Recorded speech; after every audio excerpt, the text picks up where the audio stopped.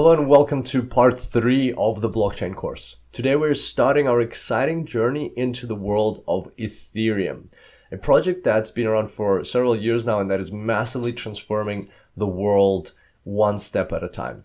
So this is going to be quite a quick tutorial just to introduce where it came from and what the general idea behind it is, and then we'll start diving more into things like smart contracts, blockchain projects, ICOs, and how Ethereum works and so on further down in this section.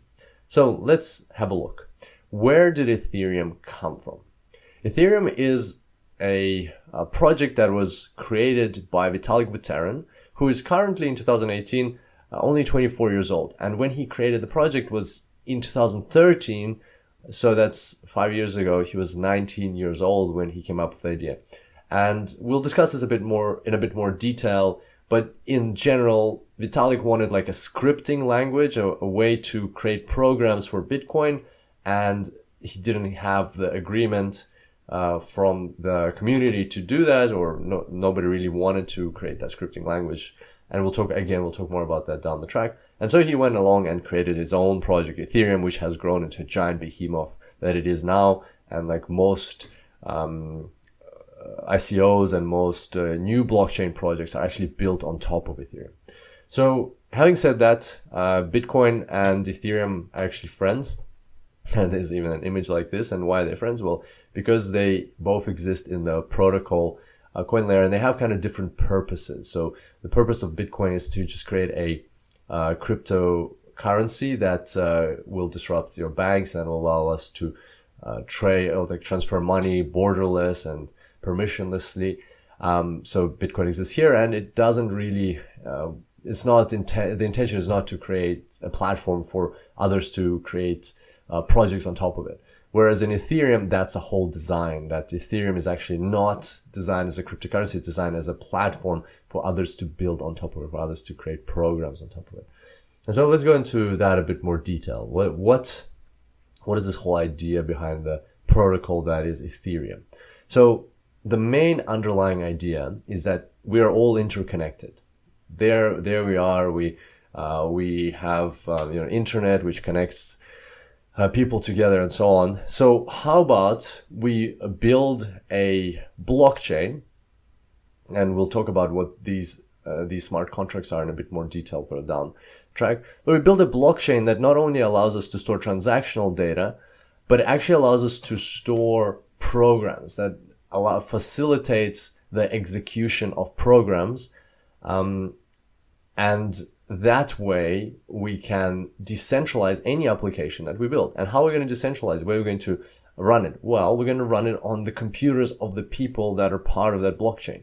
So what if we could, instead of like launching an application, for instance, like Facebook on a server, and then everybody having to go to that server and communicate with it and store their data there, what if we could run Facebook on everybody's computer at the same time? And like not Facebook, but like the alternative to Facebook. That way it's completely decentralized. So the idea here, and we'll talk about this in more detail throughout this section, but the core idea here is to build a world supercomputer in a distributed manner and use blockchain to facilitate that.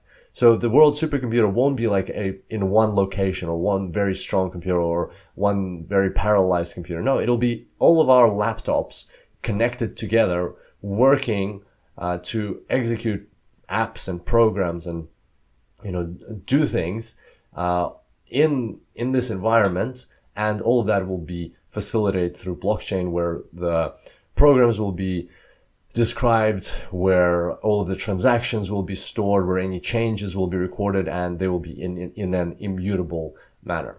And a copy of that blockchain will of course reside on every single computer as well. So everybody will have a copy of that blockchain, as we discussed before. So that's the idea. The idea with Ethereum is actually to create like the world's biggest supercomputer that will be able to decentralize any application. If you want to build a decentralized application, just go to Ethereum and you build it on top of that. And so the infrastructure is already there. That is how Ethereum is shaping and transforming the world. So there's a quick taste for what is coming ahead. So you can see it's a very different project, even though it also uses blockchain, it's very different to Bitcoin. and this is where all the development work comes in. This is where we are able to create programs and so on. And finally, we've gotten to this stage. It was necessary for us to go through parts 1 and 2 to understand everything, how everything works in blockchain. Finally, we're here. We're going to dive further into this in the coming tutorials. Very excited about that. And in the meantime, if you'd like to get some additional information on Ethereum, an article I can recommend is called "What is Ethereum? The Ultimate Beginner's Guide" by Alex Moskov.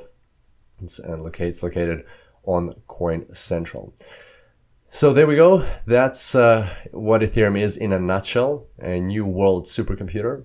And can't wait to dive straight into it in the following tutorials. And until next time, enjoy blockchains.